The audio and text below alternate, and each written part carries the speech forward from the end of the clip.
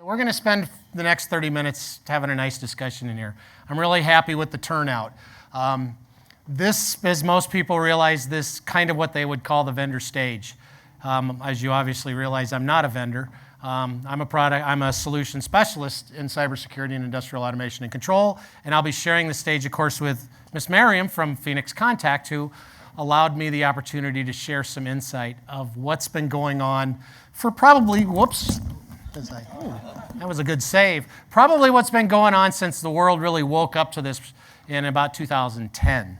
So with that, we kind of are going to use an underlying theme about both recent attacks as well as kind of a look back on the past decade of attacks and figuring out why people are still succeeding.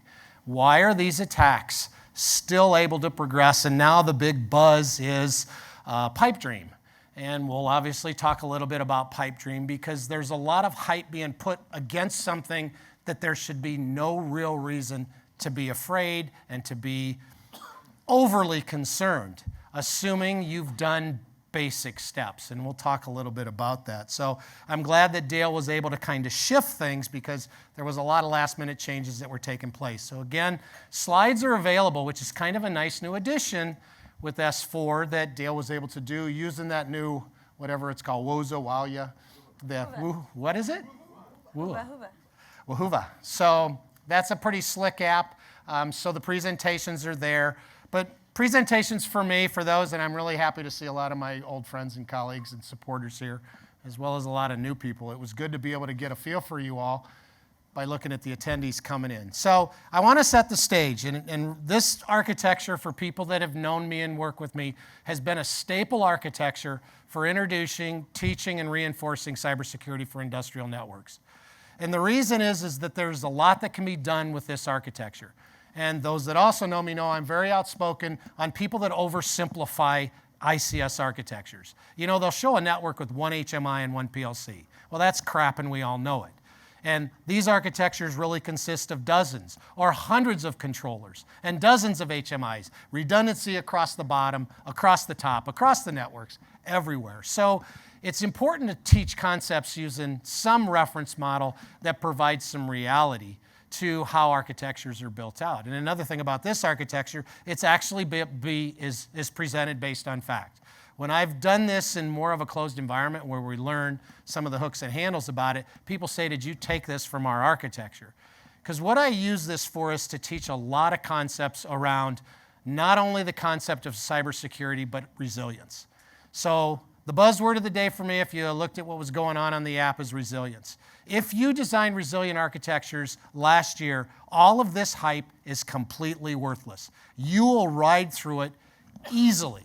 Another thing that's been going on a lot in the app is all this issue around vulnerability disclosure, zero-day dropping, vendor obligation to get their patches done in 90 days. If you saw my responses, I was a vendor for 20 years. That's never going to happen. I did a massive project with Emerson. I discovered a vulnerability with their DCS controller that impacted every controller they ever sold. Every system they ever sold over about a 10-year span across the world. Hundreds of thousands of controllers were impacted by it. It's not something that we could fix in 3 months because we had to test, prove, reassure, get the word out to the community, the internal community, the vendor, or the asset owners, and fix it. So what we're going to go through today is kind of this problem and why we're still seeing a lot of panic around industrial automation and control. And that tends to be people hanging on to the low-hanging fruit. They tend to focus on the top side, and to this day, it brings tears to my eyes, and it's the one thing that keeps me up at night, is people today still believe the attack will always be externally originated. So no matter what we say, no matter how much supply chain attacks have shown their ugly face, we are still seeing this predominance to develop secure architectures under the sole premise that the threat is always outside that door. And this architecture was built based on all of the facts given to me from the research team at McAfee as part of their work on the Night Dragon campaign in 2010. It was an APT attributed completely to China. It made its way into SCADA architectures. It never got press because Stuxnet took over the media waves. But what it showed was one very important thing that happened. If you look down on the bottom right, the initial step was externally originated. There's no doubt about it. It was the Chinese government. We knew that. The attribution was hard, firm. But the problem is after the first step, the lateral pivot that occurred in step one made this person appear as a legitimate, trusted, authenticated insider. So now all of a sudden, what are you doing to secure your architecture from the insider? Not the malicious employee, but the outsider that's able to masquerade and appear as the insider. So that's what happens in this architecture. And as we start to pivot through it and learn about it in both offensive and defensive courses that I have, is that you find it at the very bottom of the architecture where the real gold lies. The assets that are connected to the physical world that cost far more than the cyber infrastructure, have far more physical impact, typically can result in loss of life. All of that is connected at the bottom of this architecture, which tends to have little ability to be defended using normal methods and means. And in this architecture, for learning purposes, there are no vulnerabilities down there. So all of a sudden, you've used all of the pivots and all of the chained exploits at the top to create a bag of loot that allows you to compromise a system in the presence of no vulnerabilities.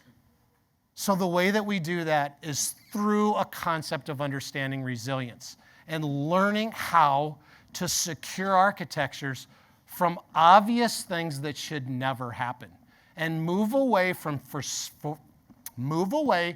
designing for convenience to designing for security. So we'll take this one slide. We can go on and on. I get 2 slides. I got about 10 minutes to keep this in. Everybody knows about zones and conduits, okay? So I'm going to give a huge, I love what the ISA 99 Standards and Practices team, I'm a voting member of it. The work there, initially led by Eric Kosman, has been revolutionary. But to be completely honest, let's just get a quick show of hands. How many people make the 62443 series the foundation of their industrial cybersecurity program? That's pretty good. So I'm going to say 5, maybe 10%. For me in an industrial world, I don't understand why it's not 100%. So a lot of people have a lot of reasons, and they're all well justified. ISA 62443 doesn't have the global acceptance that other standards like the 27000 family does. But the one thing that's unique about 62443 is the creation and establishment of zones and conduits. And the reason that I always say this, nothing's changed. Nothing has changed. And what's really interesting is that the Triton attack that occurred against Saudi Petrochemical in Al Jubail, I actually was the original architect on that system in its first phase. So the system that got attacked was a second phase attack, second architectural phase attack. So I knew a lot about what happened there. And everything that happened on that attack would have been stopped dead in its tracks if people had implemented the model against the zones and conduits concept. Because the zones and conduits concept allows you to group items, assets, devices that can't traditionally be secured, and to then secure the conduit that's used for all communications that enter and leave that particular zone. So what we see, and I was going to go like this, there is no like that. If you look in the diagram on that picture, the problem is most people that haven't lived this document don't understand that we don't create one big zone for our industrial control system. There is a big macro zone, but we really must start creating microzones. So I did a lot of, we'll just say, anti-marketing against the reference architecture that was published by Homeland Security, because they still have not embraced the concept that the security around Active Directory is very important and very different than the security around the engineering workstation and the engineering environment, which is very different and equally important to the security around the operational environment, right? Because Each one of those provides a different service to the overall architecture.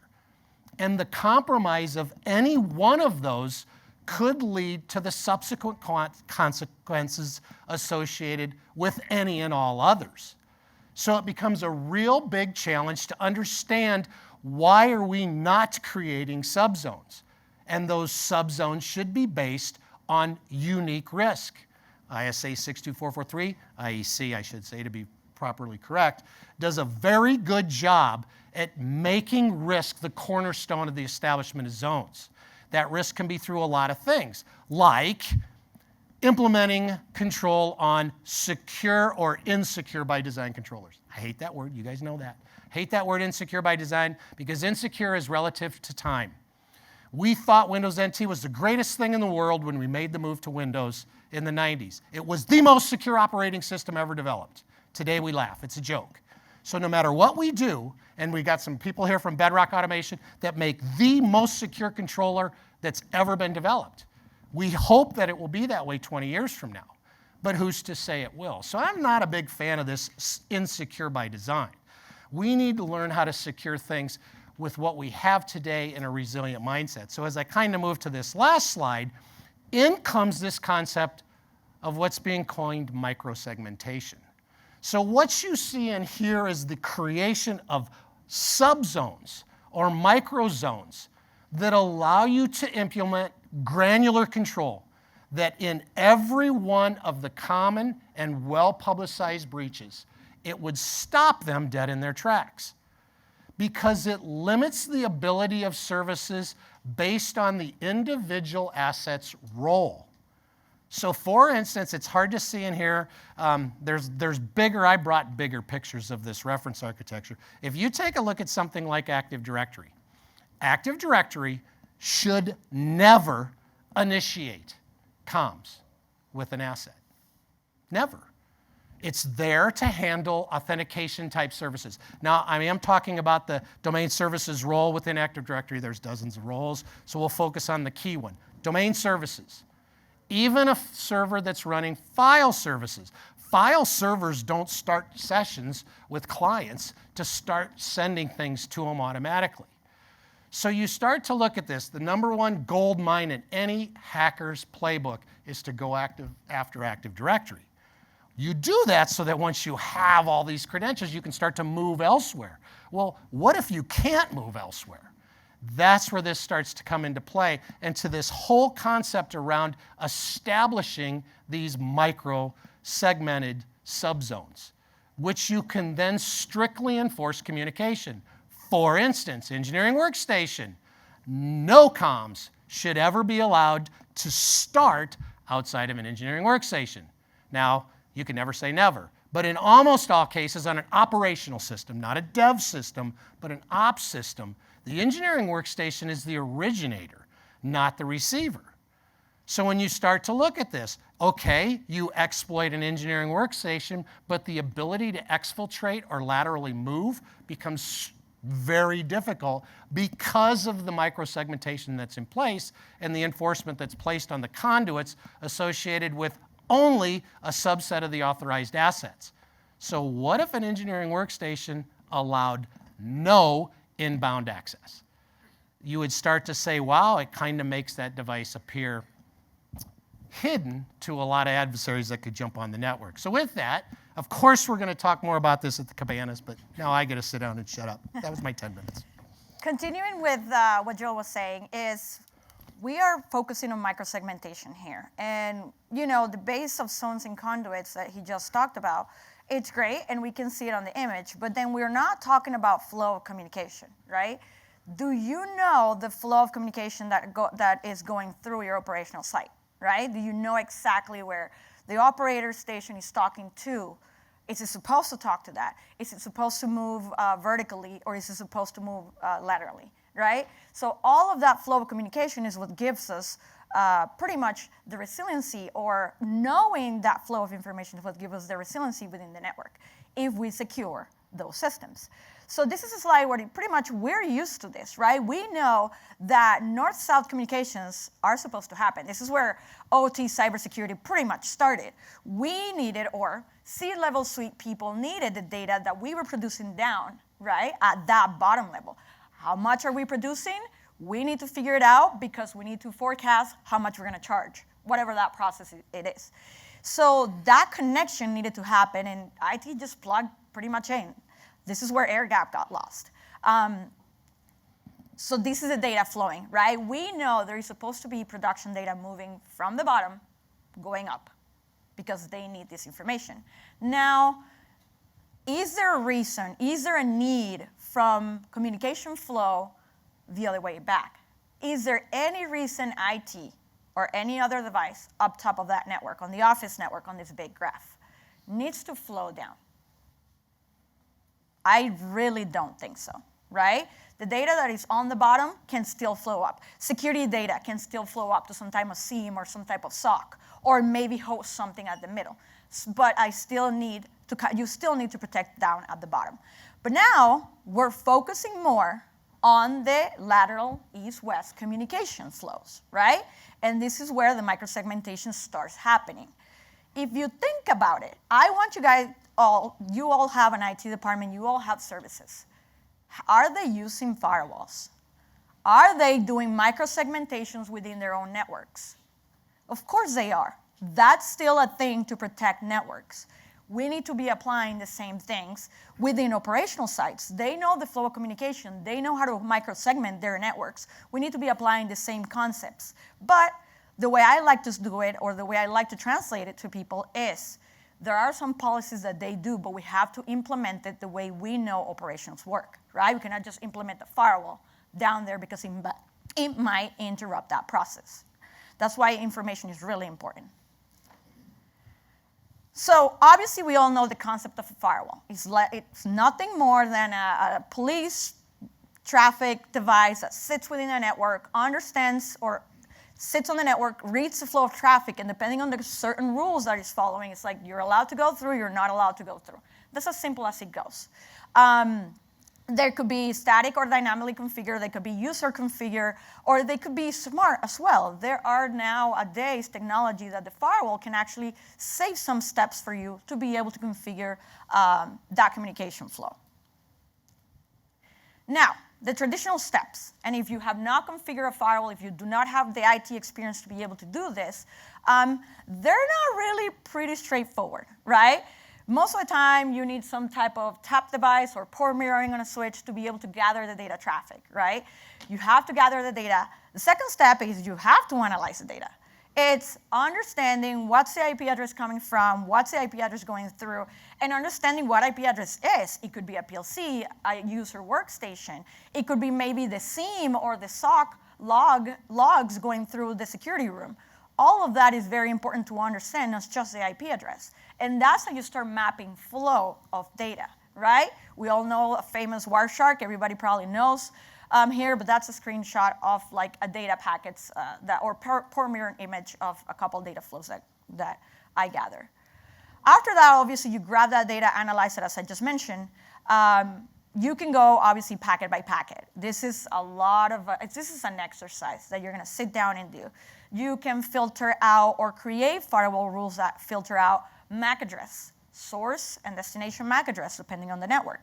You can filter out the source and destination port, the source and destination IP address. And depending on the type of firewall, you can even filter out the application layer, right? So depending on what you're doing, you can even filter out, for example, Modbus TCP connections, the specific read communication that PLC client server are actually meant to be doing. And then obviously after you have analyzed all this data, then you have to sit down in front of your firewall and configure it. Sit down and say, where's my incoming traffic going through? Where is that firewall sitting on the network, and where's the traffic flow? Is that firewall rule that I read incoming on the firewall, or is it outgoing? Some firewalls are stateful, which means they know the state of the connection. So you only have to configure one way. Some firewalls are a little bit less smart, or connectionless. What means is you have to configure both ways, including the reply. So it's one of those things that allows you to kind of just go through. But overall, that's how you do it. If you take a look at the screen, you go rule by rule. This is from IP to IP, maybe the port numbers you're doing, and the action specifically. What do you want to do with this? Do you want to accept it? Do you want to drop it? Maybe you can tie it to an additional action because depending on the firewall, there's advanced options. And one item here that is missing on the screenshot is, do you want to log this and maybe send it to a central log server, which is very important for audits in the future, right? So think about it. If there is an incident and a firewall caught something going through, that's the first thing they're going to ask you. Where are the logs when you're going to come and do an audit? Now, I mentioned the difference between, there are different types of firewalls, of course, and we're going to be focusing on industrial firewalls. Stateful packet inspection means that they know the connection state. So you just need one firewall rule that will allow the reply to come through. It knows the state of the connection. But at that level, you're also only filtering MAC addresses, IP addresses, and ports, as basic as that. Some industries, some applications, majority, honestly, this is enough to do an appropriate micro-segmentation strategy within an operational network. Some other industries, they need a little bit more, and this is where you start talking about deep packet inspection firewalls, which, as the name says, it goes all the way down to the packet layer and filters, for example, Modbus TCP packet, function code, PDU addresses, and think about the node 2, the level of expertise. It is not just on the IT now. You need to have somebody that is an expert at the controller, at the Modbus, who configured that client server, who really knows what is the communication that has to be happen between maybe that SCADA room and that specific controller, right? To be able to get to this function code and to the specific PDU address, probably that. So you're not going to have that unicorn. It's really tough to find somebody that can really do firewalls, that can really do Modbus TCP, for example. Now, this will not be a sponsored presentation without a little bit of information of the sponsor side, of course. As you all know, I work with Phoenix Contact. I am the senior product specialist for networking and security, or cybersecurity, and we do have available industrial firewalls. But I do want to focus all of your guys' attention. I mean, you can see the pictures, but I want to focus on your guys' attention on one specific one. It is recent. It's pretty new. I mean, it's been launched for a year. But it's a really nice firewall because, and it's that one right there on the plastic casing, actually, the second from the left, is the one in the plastic casing because we actually added a very nice functionality that, you remember all the steps that I mentioned to you before, the gathering, the analytics, and all of that? It's pretty much doing all of that for you, okay? So, and I had that, of course. So we have a feature in there. I really, really like it. It's a really low-cost firewall that you can go ahead and get and test it out. But overall, the only thing you have to do is kind of put it on the network. Start, literally, it's just a start button the same way you see it on the screen. And as soon as you click that start button for that specific functionality within the Firewall Assistant, that Firewall Assistant is just kind of sitting there. You can leave it running for a couple of hours or an hour, depending on how big your system is or how much flow of data is going to go through. But think about it as, on the operational side, is there maybe logs that are sent every month? You don't want to leave that running a whole month, right? But that is another functionality that will help you there. We're focusing on this one. You click on that start button. You can go to launch and come back. When you come back and you click that stop button, that Firewall Assistant will give you the log traffic. And it's not just going to give you the log traffic. It's already giving it to you, either if it's incoming, so if it started from the external network into the internal network, or it will place it already on the firewall rule if it started from the incoming network out. So you already have that flow. Of course, it's not as smart as telling you, well, 1.20 is your PLC and 1.4 is your HMI, but then that's what you are the owner, right? You would kind of start mapping out, okay, this should be the right. There is, the type of port, 443 should be HTTPS connection. If you see TCP/80, it's HTTP. Or if you see standard 2222, we already know Rockwell or Modbus TCP is 502. this is how you start and save some of the steps within the specific firewall. So it's not, there's still one more step that you need to do as a user. You want to come in here and actually do the action, right? So after you have analyzed a little bit more, you save some steps. What do you want to do with the traffic? No traffic should be going out of the operation, going to an internet IP address, for example, right? So you want to make sure that it's actually fully blocked. You can block that. Just change the action. That would be the only thing in all that time that little firewall device is actually helping you save within the configuration side. So of course, we have additional features within the different family of the mGuards. We have a lot more advanced features, but I do want to leave time for questions. And any questions that you might have, or we will have, obviously, a demo within the Cabana at 4 o'clock. So find the Phoenix Contact Cabana, and I'll show you guys this specific functionality. And obviously, any of the other additional features within the mGuards. But this is pretty much what the end of the slide or the last slide. This slide or this image, Joel put it at the beginning, and it was so easy for me to say, listen, micro-segmentation through zones and conduits could easily be split out. Everything where you say there is a firewall there, that's exactly what they're trying. A firewall will allow you to do the micro-segmentation, will allow you to separate those zones and pretty much create the conduit that is going to secure the zones. So that's kind of like the message. I appreciate everybody's time, and we have a couple of minutes for questions.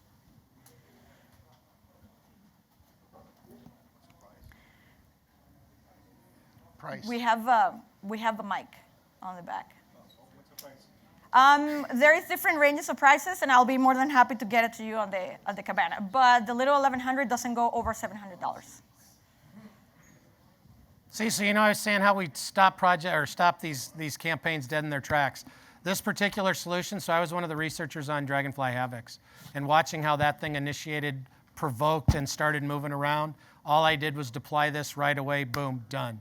Another thing for the security assessors that go out in the field and actually do a lot of this, these devices, I always have had one in my bag. Whenever I deploy, I have it in my toolkit, because when you're in a bind and you're under pressure to develop firewall rules, you don't need to do all these multiple steps. I take this device, put it in line, it's completely passive, let it run for a while, and boom, you've got your firewall rules. This really paid off at Idaho National Labs for the red team, blue team exercise, where that's kind of the whole key, is initially getting a handle on your network security position. We have a question on the back. Hi, I think this question is for Joel. Hey, I'm right here. I don't know if you... Yeah, we So I agree with the premise of micro-segmentation and really leveraging the principles within IEC 62443. I think my question is, before you even get to that point, I think there's a lot of assumptions or things that you need to do to prepare yourself in order to do that micro-segmentation, especially at level 1, level 2, and networked or unnetworked assets. So can you talk a little bit about how you prepare to even do that micro-segmentation to save time and to not have to do it continuously and maybe manually? Well, no, that's an awesome question, and you all got to hear it, so I don't have to repeat it. Because probably the biggest step in doing this is to understand the asset exposure of each of the assets. So, of course, and no matter what document you read outside of 62443 or not, the first step is your asset inventory. Once you have your asset inventory, and having done this for years, the biggest step is the prioritization of assets. So you have to be able to look at your assets. And in the real world, the engineers that actually run these systems know that all controllers aren't equal. There are controllers that are more high priority in terms of loss, risk of loss, potential impact should they be compromised. So you start to group your assets and create a risk profile. Then you see if your infrastructure can handle it. And I get really frustrated when the first thing we have to do on a project in order to deploy security is to create this new network infrastructure with all new managed switches, for instance. There are ways to do the segmentation through grouping physically through what you have. And again, it's still taking what could be a flat level 1 network, but creating physical segmentation through the establishment of independent switching infrastructure.